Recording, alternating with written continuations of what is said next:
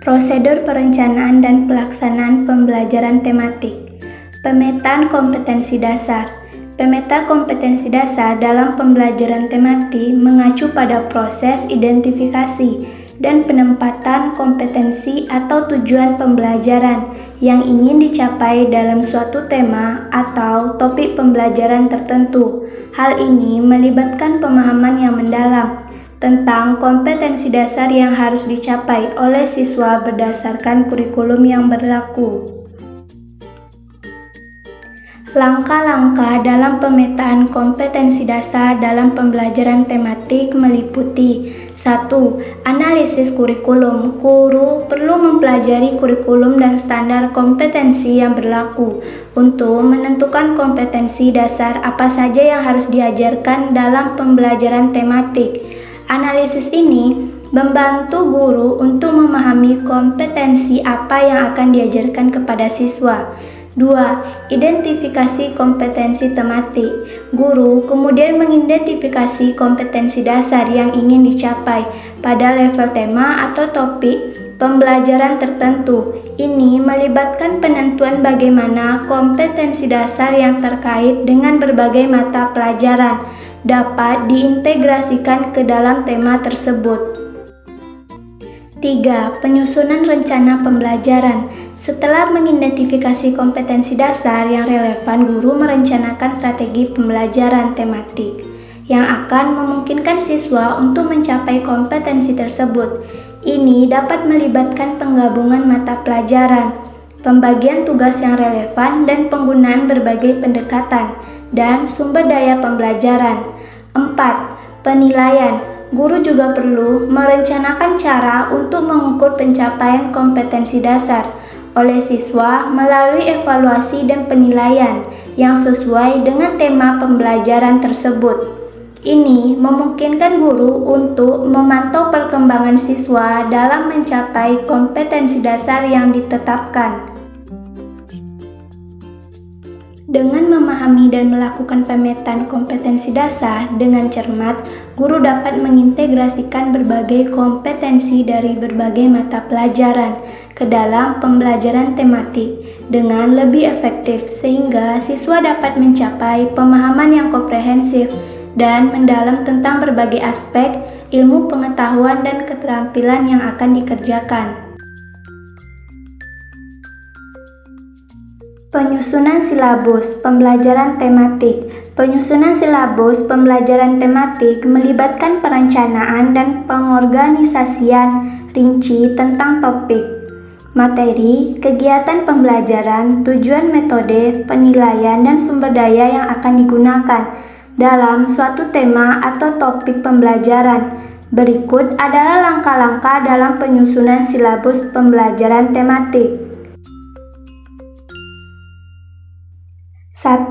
Identifikasi tema atau topik. Langkah pertama dalam menyusun silabus adalah memilih tema atau topik pembelajaran yang sesuai dengan kurikulum dan kebutuhan siswa. 2. Penetapan tujuan pembelajaran. Setelah tema atau topik dipilih, langkah selanjutnya adalah menetapkan tujuan pembelajaran yang spesifik dan terukur yang ingin dicapai oleh siswa selama pembelajaran tema tersebut. 3. Pemetaan kompetensi. Identifikasi kompetensi dasar yang akan diajarkan dalam tema tersebut dan bagaimana kompetensi dari berbagai mata pelajaran dapat diintegrasikan ke dalam tema tersebut.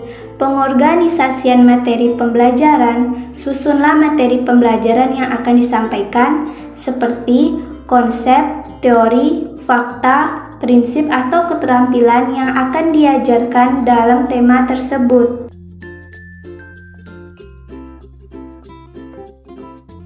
5. Penentuan metode pembelajaran. Tentukan metode pembelajaran yang akan digunakan seperti ceramah, diskusi, penugasan, praktikum, menonton video, atau kunjungan lapangan. 6. Penyusunan rencana kegiatan. Rencanakan kegiatan pembelajaran yang akan melibatkan siswa seperti tugas-tugas yang akan diberikan kepada siswa, eksperimen, proyek, atau presentasi yang terkait dengan tema pembelajaran. 7. Penyusunan penilaian. Rencanakan penilaian atau evaluasi yang akan digunakan untuk mengukur pencapaian tujuan pembelajaran sesuai dengan tema tersebut. 8. Pemilihan sumber belajar. Tentukan sumber daya dan bahan pembelajaran yang akan digunakan, seperti buku, teks, sumber digital, perangkat lunak, atau sumber daya manusia yang akan melengkapi pembelajaran tema tersebut. 9. Penetapan rencana alokasi waktu. Tentukan alokasi waktu untuk setiap bagian dari silabus untuk memastikan bahwa seluruh materi di-cover sesuai dengan rencana. 10. Penyempurnaan dan evaluasi. Setelah menyusun silabus, lakukan evaluasi dan penyempurnaan agar silabus menjadi lebih efektif dengan memperhitungkan umpan balik dari guru dan siswa.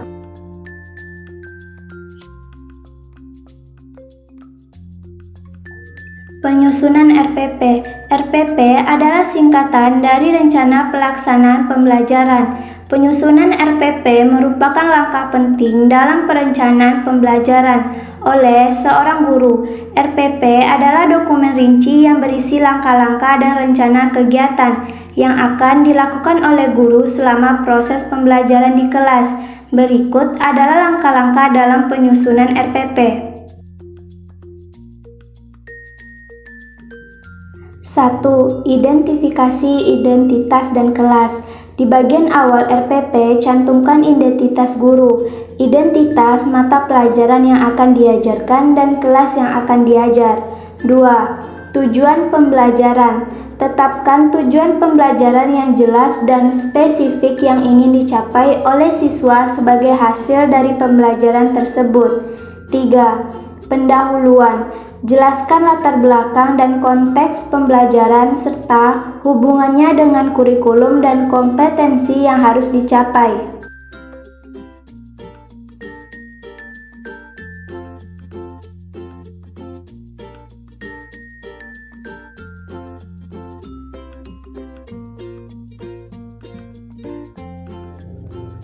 4. Indikator pembelajaran. Tentukan indikator yang dapat mengukur pencapaian tujuan pembelajaran atau menunjukkan tanda-tanda bahwa siswa telah mencapai kompetensi yang diharapkan. 5. Materi pembelajaran. Rinci materi pembelajaran yang akan diajarkan dalam RPP, termasuk topik, konsep, teori, fakta, atau keterampilan yang akan dibahas. 6. Metode pembelajaran. Tentukan metode atau strategi pembelajaran yang dapat memfasilitasi pencapaian tujuan pembelajaran. Contohnya, ceramah, diskusi, tanya jawab, studi kasus, atau praktikum. 7. Media pembelajaran. Identifikasi media pembelajaran yang akan digunakan dalam proses pembelajaran, seperti buku teks, presentasi slide, video, atau perangkat lunak pendukung lainnya.